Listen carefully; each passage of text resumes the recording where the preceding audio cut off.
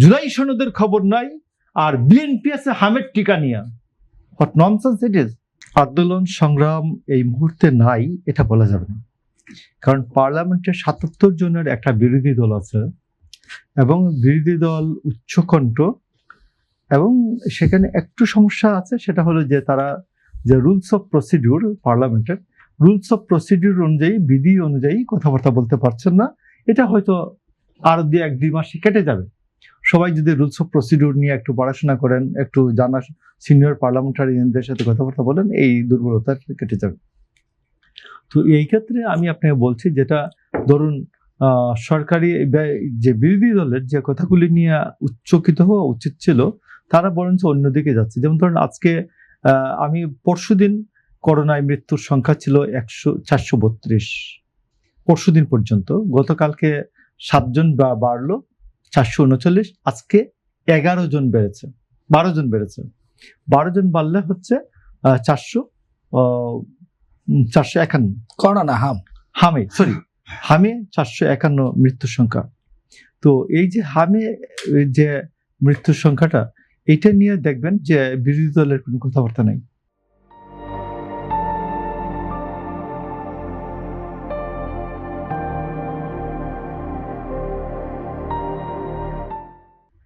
কারণ তারা মনে করেন যে তারা ডক্টর ইউনূসের কোলে ছিলেন। ডক্টর ইউনূসের কেউ ছিলেন যে আমাদের স্বরাষ্ট্রমন্ত্রীর ইয়েতে, কেউ ছিলেন ভিতরে যমুনার ভিতরে, কেউ ছিলেন যমুনার কিনারে। তো এই দুই দল কোথায় ছিল? হ্যাঁ, বিএনপি কোথায় ছিল? বিএনপি কিনারেও ছিল না, ভিতরেও ছিল না। বিএনপি শুধু চেয়েছে যে একটা নির্বাচন, উনি কোনোভাবে নির্বাচনটা করুক।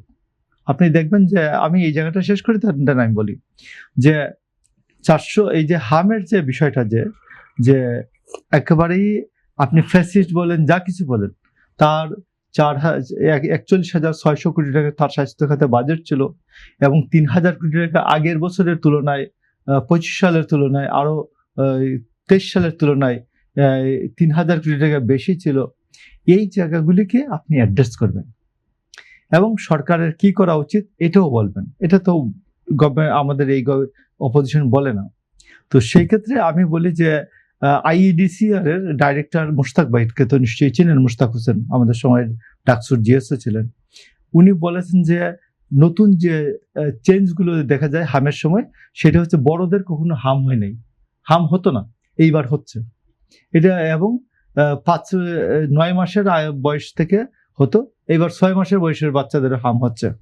তো এটা হচ্ছে যে অনেকে বলতে চান যে ভাইরাসের ক্যারেক্টারিস্টিক্স বা জিনোম সিকোয়েন্স চেঞ্জ হয়েছে। না, জিনোম সিকোয়েন্স চেঞ্জ হয় নাই, এটা অতিরিক্ত হওয়ার কারণে অনেকেরই রোগ প্রতিরোধ ক্ষমতা ওয়ালটা ভেঙে পড়ছে।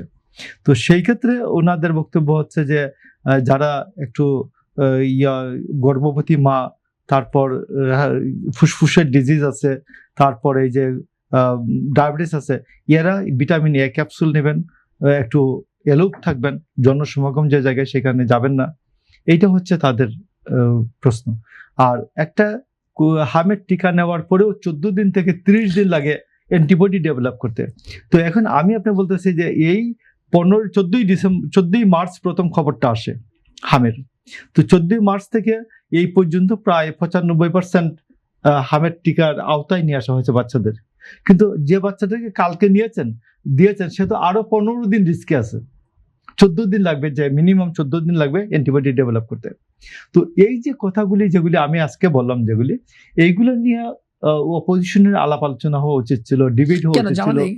বা বিরোধী দলগুলো কেন নীরব, কেন এটা নিয়ে? ডক্টর ইউনূসকে টাচ করে। ডক্টর ইউনূস তাই তিনি হামের টিকা কিনবেন না। ইউনিসেফের 75%, আমাদের 25%। এই টাকাটা ইউনূসকে খুশি করবার জন্য বিরোধী দল হাম নিয়ে কোনো কথা বলে না। এক্স্যাক্টলি। তো এই জন্য আমি বলছি যে আমার কথাটা হচ্ছে, আপনি অপোজিশন, আপনি হাম নিয়েও কথা বলেন, আপনি দ্রব্যমূল্য নিয়েও কথা বলেন, আপনি দ্রব্যমূল্য যদি কোনো সিন্ডিকেট হয়ে থাকে তাও কথা বলেন, আপনার যদি কোনো পরামর্শ থাকে তাও কথা বলেন। আপনি তো জনগণের কাছে পৌঁছাতে চান, আপনি জনগণের কাছে পৌঁছানোর জন্য তো অনেক পথ আছে। আপনি দ্রব্যমূল্য নিয়ে কথা বলছেন না কেন? দ্রব্যমূল্য যদি কোনো সিন্ডিকেট হয়ে থাকে এটা বলবেন।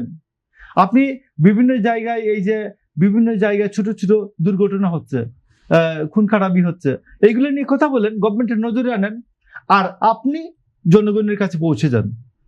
তো আপনি জুলাই সনদ নিয়ে আপনি বলতেছেন আন্দোলন করছেন, এটা কি হামের যে পরিস্থিতিটা, আমার স্বাধীনতা যুদ্ধ মনে হয় 450 জন বাচ্চা মারা যায়নি পাঞ্জাবিদের হাতে। তো এইটা নিয়ে কথা বলবেন না আপনি, জাতীয় স্বার্থ নিয়ে? সার্জিস আলম বলেছেন যে জুলাই সনদের খবর নাই, আর বিএনপি আছে হামের টিকা নিয়ে। What nonsense it is! আমি জুলাই সনদ 6 মাস পরে তো বাস্তবায়ন করতে পারবো, বাট আমার যে বাচ্চাগুলি আজকে মারা যাচ্ছে, আমি তো এদেরকে 6 মাস পরে আবার পুনরুজ্জীবিত করতে পারবো না। তো দিস ইজ দ্য, আমি মনে করি রাসেল ভাই, এটা হচ্ছে প্রাথমিকভাবে এই পর্বে আমরা কথা বললাম, আপনি আগাতে পারেন।